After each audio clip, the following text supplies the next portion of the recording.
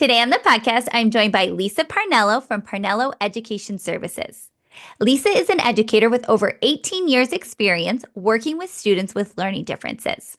She's worked in both public and private school settings, and now she is working one-on-one with students in her dyslexia therapy tutoring business.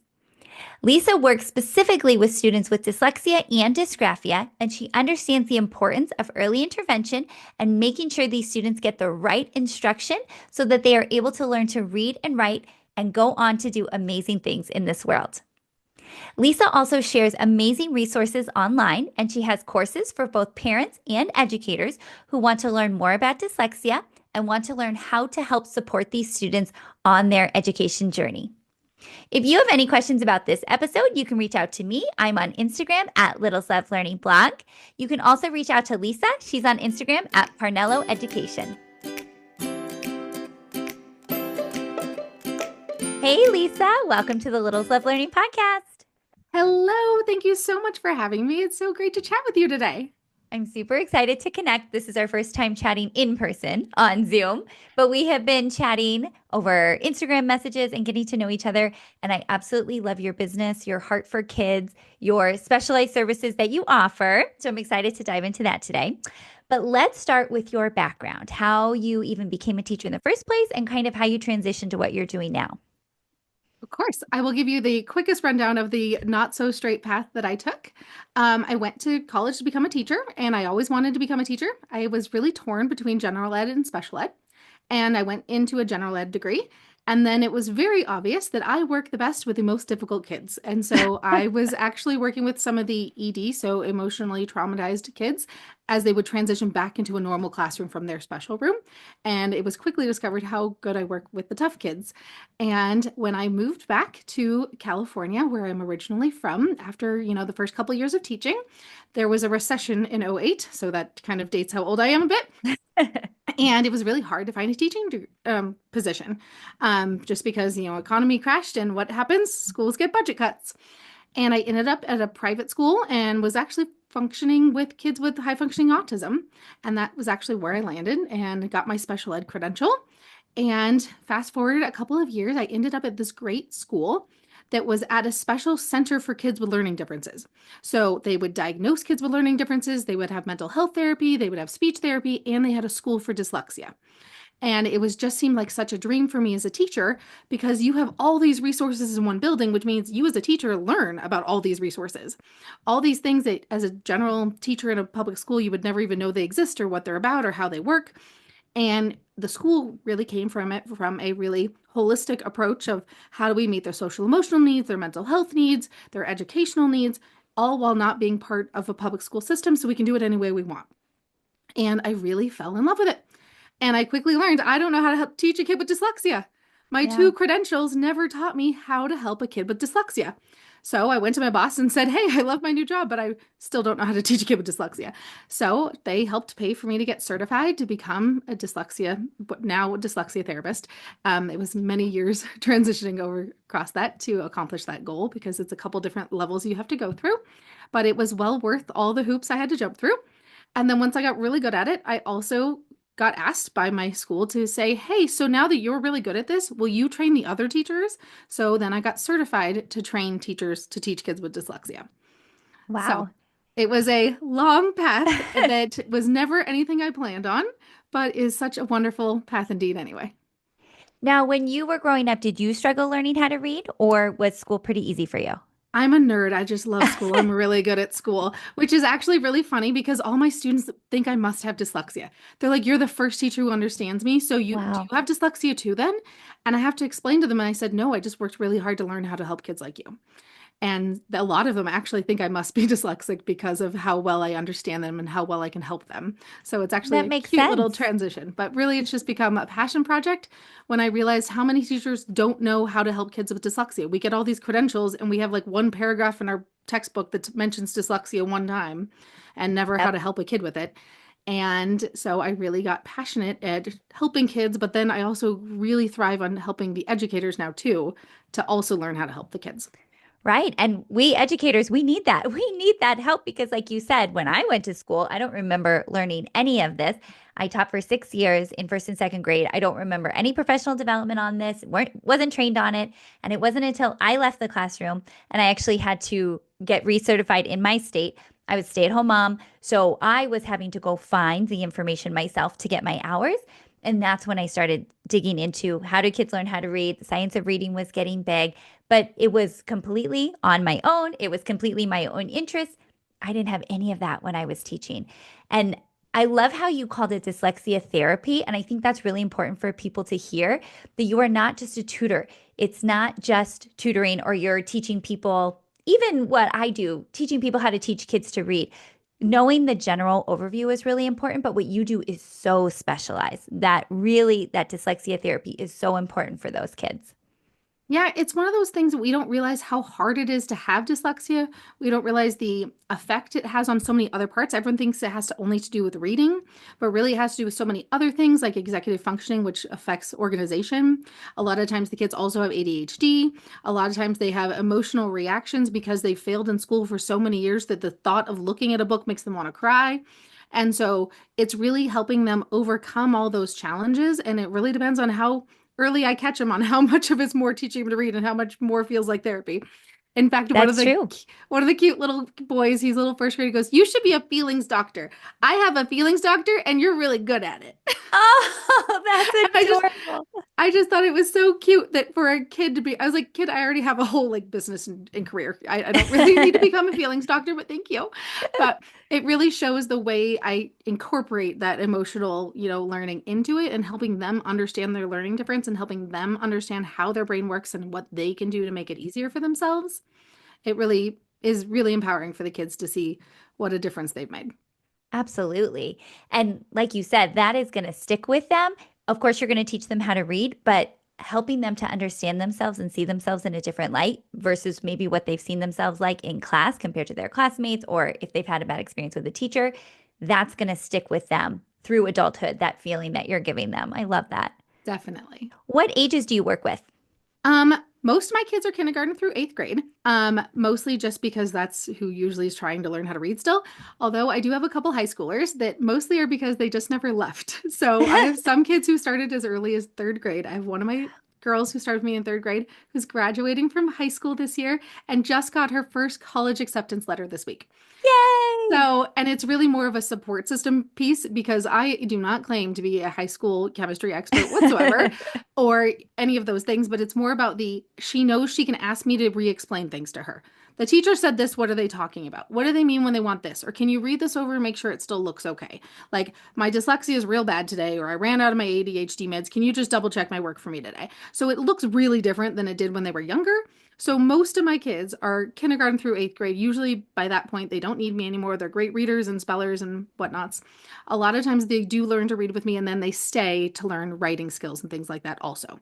Because Oh, we yeah. overcame one challenge, but there's still another one of like, great, you can read and spell, but how about writing an essay? Because you couldn't read and write back when they learned how to do essays in school. So now we have to backtrack and fill in that gap next.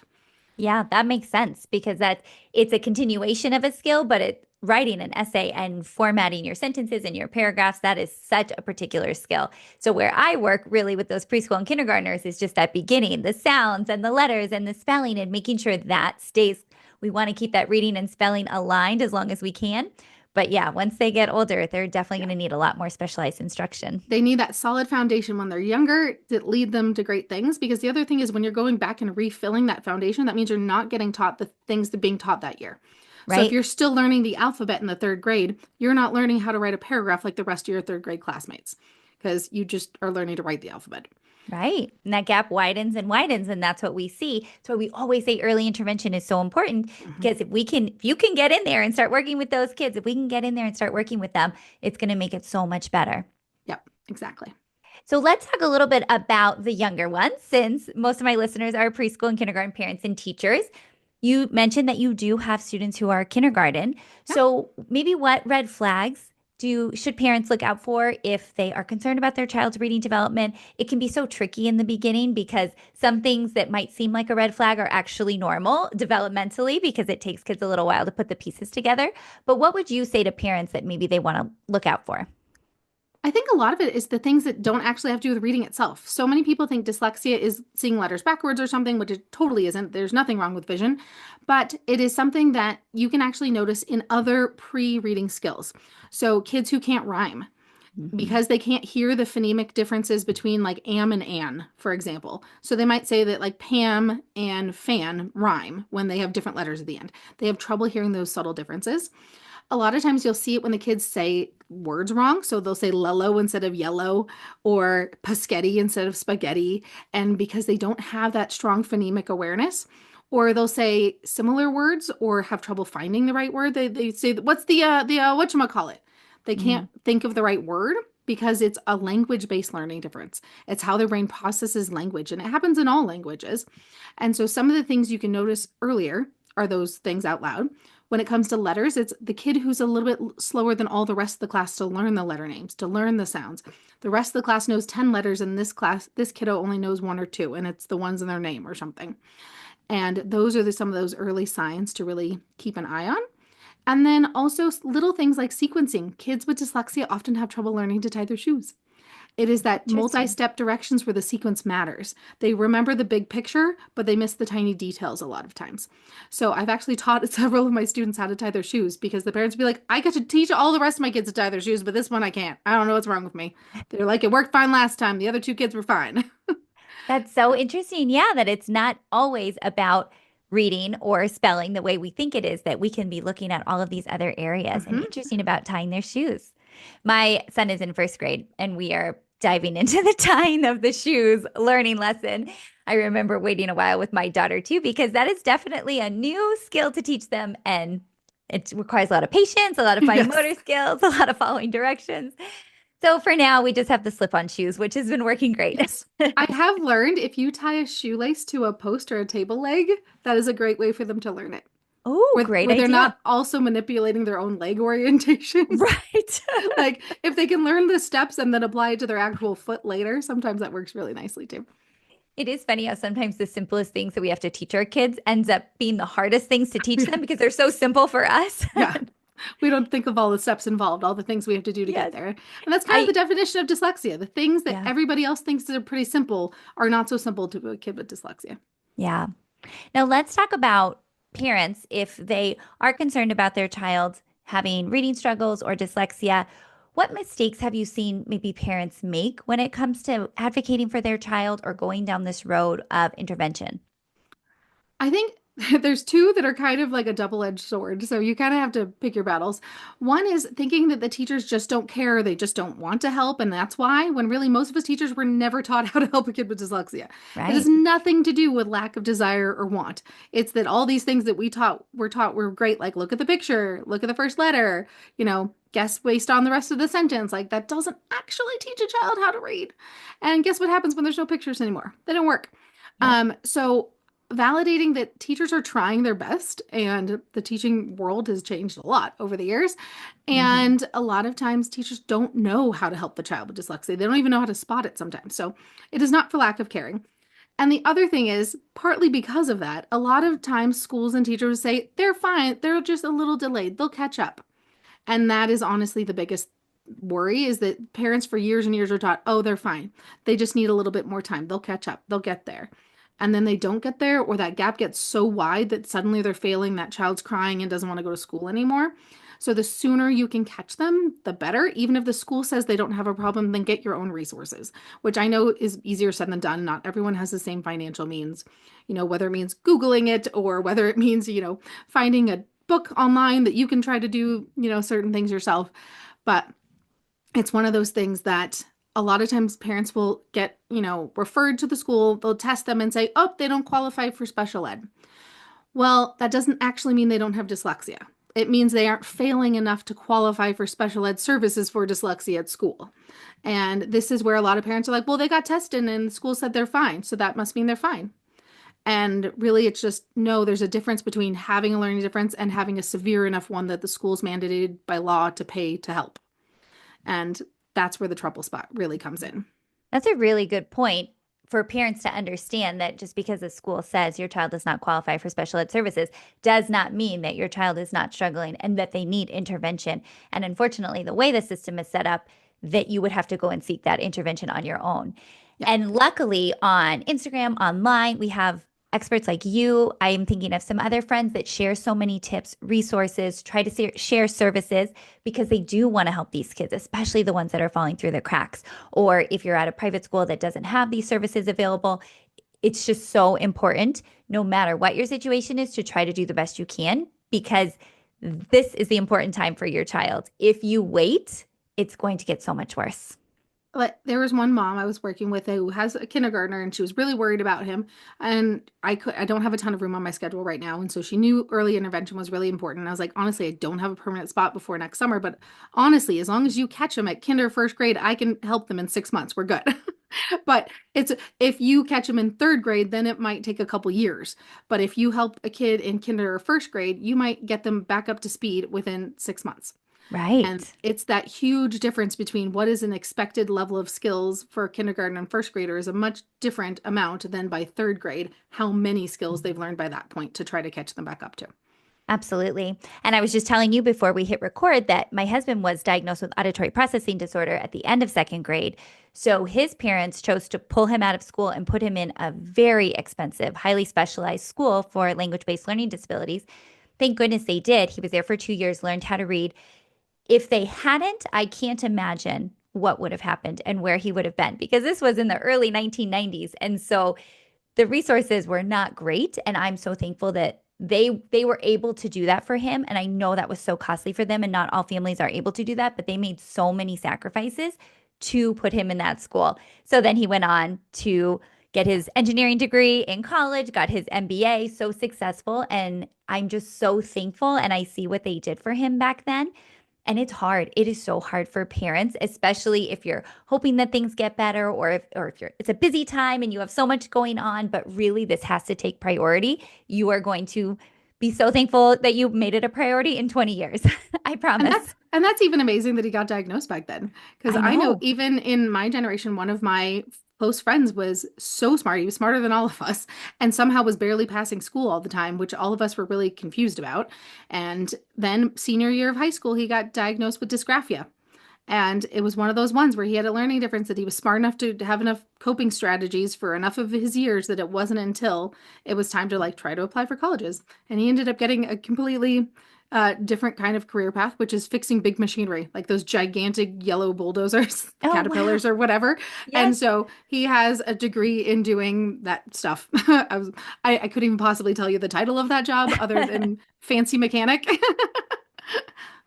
That's so interesting. I agree. Back then, I don't think that it was talked about as much. And I was even just thinking if he was gifted, back then we all thought that gifted kids were just the ones that got the straight A's, that they were perfect when it came to academics, when that is not what it is at all. And I had a guest on the podcast recently who talked all about gifted education and how it's not at all what we all thought it was growing up. So I'm just thankful that the discussion in education is changing and we actually understand that gifted does not mean smart and learning disability does not mean dumb. That is absolutely not what's going on.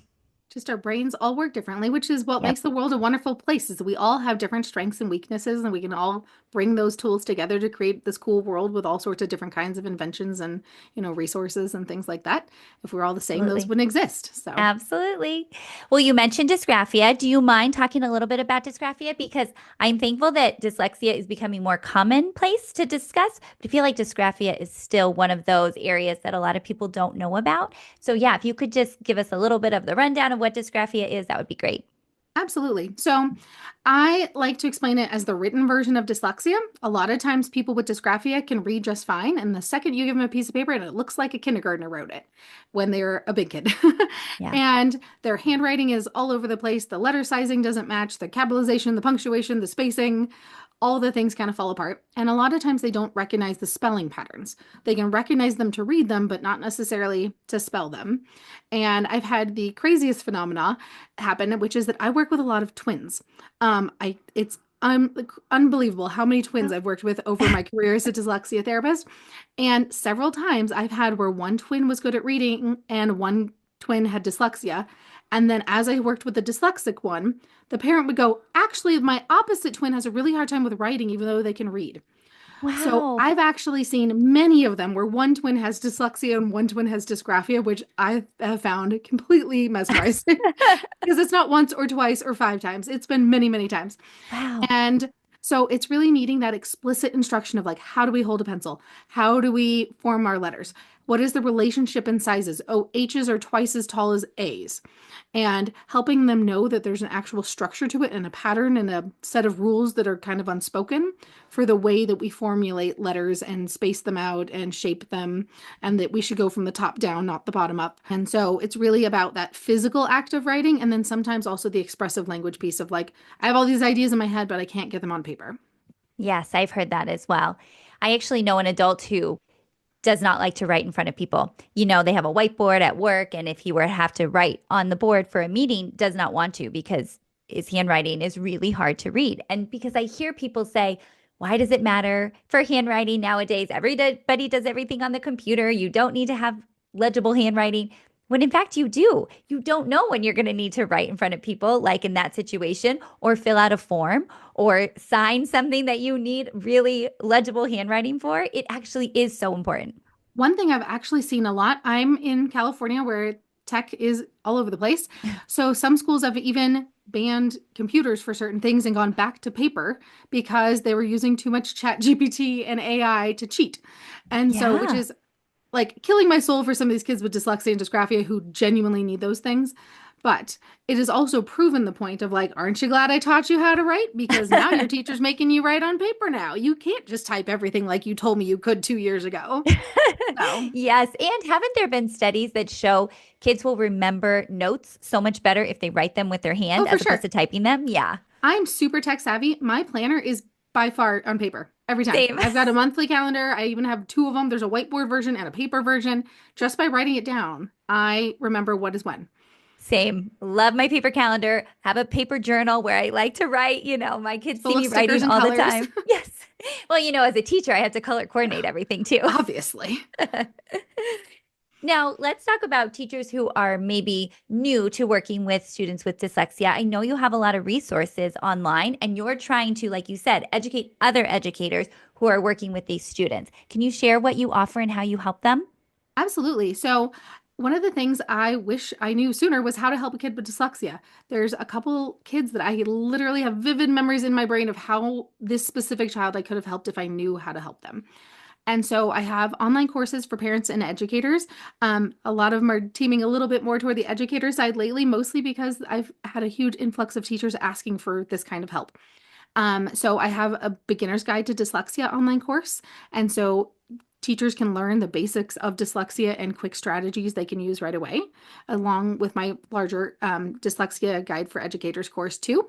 And the big one I've been doing is just easy little workshops for teachers. So I'm actually about to record one this weekend all about teaching with syllable types. And I have all the slides all ready to go, ready to record for everyone so that it can release later this month. And it's all about teaching kids how to use syllable types to sound out their words, which is something I never learned in school. Never. And I use it all the time, every single day. And no one ever taught it to me as a teacher. And a lot of times it's taught in these really expensive Orton Gillingham based programs, but they're not ones teachers can afford. So that's really always been my focus is that most of my courses are all under $100 by a lot under, and or bundles of them under $100. And that way teachers can afford to get the education that they need to help kids be successful because that's a huge barrier. I know the certifications I got to help kids with dyslexia required hundreds of hours of practicum and all of Mhm. these online courses, and they took years to finish. And we don't always have that time. We don't always have that money. A lot of teachers are moms. They go home to their own kids. They do not have a year to do practicum. They don't have the financial resources to pay for the courses. So I've really made it my mission to do a lot of high impact courses that can be done relatively quickly with very little money, but also have a big impact on instant things you can do quickly and easily in your classrooms. That is awesome. I'm going to link to all of that below because I love how you're trying to keep it affordable for teachers. Although, if you're a teacher listening, please ask your school to pay for it first and foremost, because your school should absolutely be providing this education for you. But I love that you're trying to get this message out to as many people as possible. I wish I had it when I was teaching. I think of one little boy specifically who, looking back, I know he had dyslexia and dysgraphia. And we just didn't know enough. We didn't know enough about it. I didn't know enough about it at the time. And I do think about him and wonder where he is now and what I could have done differently. So now I'm just trying to spread this message for other parents, for other educators, so that we can serve these kids as best as possible. Absolutely. Now, let's think about the future of literacy education because I have seen such a shift, even from when I started Littles Love Learning to now with science of reading. And there's really a lot of conversation around how to best teach kids to read. I would just love to know what excites you about this change. I feel like you were already doing this way before the rest of us since you've been doing this for so long. So I wonder if this is really exciting for you that everybody else is getting on board and what you see coming in the future. Yes, I've absolutely loved it. The whole science of reading movement has made my heart so joyful. When the Soul to Story podcast come out, I was like, "Oh, hallelujah, you're preaching to the choir." Yes. And I literally stayed up till midnight one night to catch one of the episodes that was supposed to be targeted to dyslexia because I just happened to be wide awake while I was on the East Coast on a business trip. And I was like, I have got to listen to this latest episode because so many teachers aren't taught to help kids with dyslexia. And there's a whole school district in a very well-off neighborhood where I work that I tutored an entire neighborhood full of kids because none of their kids were taught phonics at school. Wow. None of the kids were taught to do anything but look at the picture and guess the words. And so I had an entire neighborhood of families that I started working with because none of the kids learned to read at school. And the parents Wow. were like, well, that's not going to fly. And so then I got hired. So some of them didn't even have dyslexia. It was more of they had dystechia, is the Yes. sarcastic term that we've adopted. And the teachers didn't know any better, or they're not allowed to. That's the big thing to talk about, is that teachers have to teach with the curriculum the school decides. And so this is another misunderstanding for parents is that teachers just don't care, they don't want to. Some teachers will literally get in trouble or lose their, position at the school if they change the way they teach. They have to do what the school says. Right. And so, unfortunately, there's a lot of bad curriculum in schools. And so, I'm seeing these wonderful shifts where schools are changing their curriculum. Parents are teaming up together to make changes because these curriculum changes that help kids with dyslexia also help all kids learn to read. So, good science of reading instruction means that less kids need special ed services because they're being taught right the first time. Right. And so it's making huge shifts and it makes my heart very happy. And it helps when I go to explain things. Now people know what I'm talking about.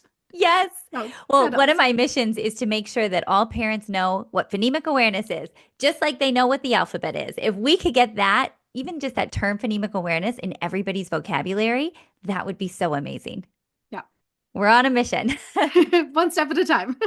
Well, Lisa, this has been so much fun. If parents and teachers listening to this could have one takeaway from this episode, what would you want it to be? I would want it to be that dyslexia is not a death sentence, so to speak. It is something that can mean that their brain works in totally different ways. Sometimes the people who do the worst in school do really great in life. And sometimes some So of those true. kids who have struggled and struggled and struggled end up becoming inventors and the entrepreneurs. And, Richard Branson has an entire business that now he also helps, show the wonderful things of dyslexia. And all these things that are bad in school are actually really great in life. You develop grit and determination. Not to say everyone's going to become some fancy entrepreneur, but to show that there are strengths. So for every weakness, there's an equal and opposite strength. And to really harness that. Yes, there is hope. It's not a death sentence, like you said. We are seeing that these kids are growing up with that grit and determination. They're going to be so successful, in part because of amazing dyslexia therapists like you who are helping them make sure that they don't fall through the cracks. Yes. And then I also have a podcast of my own too. So, Dyslexia Devoted is what mine is called. So, if any parents are more specifically worried about dyslexia, I have all sorts of different episodes about all sorts of different titles. We're at 120 episodes and counting, I believe, Wow. maybe a little bit more than that. I've stopped counting.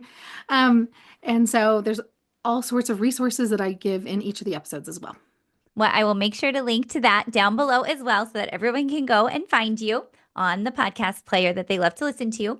Now, my very last question before we go is, since this is the Littles Love Learning podcast, what do you love most about working with littles? Oh, they're just so cute and full of energy. They think like you are when they go, you're my best teacher ever. Because Oh, there's just something that they have their little light bulb moments and they're little sponges. So it's so easy to fill them with little light bulb moments. And they just get so eager and come bouncing into the room. And it's like having some sort of little magic. And people often wonder how I teach kids in kindergarten all the way through high school. And it's because they have such different energies. And there's something just so sweet after I've had a moody middle schooler. And then I have this cutie patootie little kindergartner pumpkin come on in all full of bright eyes and rainbows and wearing a sparkly party dress for no reason other than oh it's yes. Tuesday and she wanted to. And it's just so full of joy. Oh, I'm glad you mentioned the outfits. They are just the best at this age. When kids get to dress themselves, I love it. Oh, yes. I had a first grader say to me a couple weeks ago when I was subbing, "Can you come home with me? I want you to come home with me." His dad said, "Sure, you go home. You can take my son home. I'm going to take the night off." You They're like, I'm done. Sorry, your turn. so funny. All right. Well, Lisa, thank you so much. I'm going to link down below to your podcast, to your courses, but will you tell everyone where else they can find you online? I know you hang out on Instagram.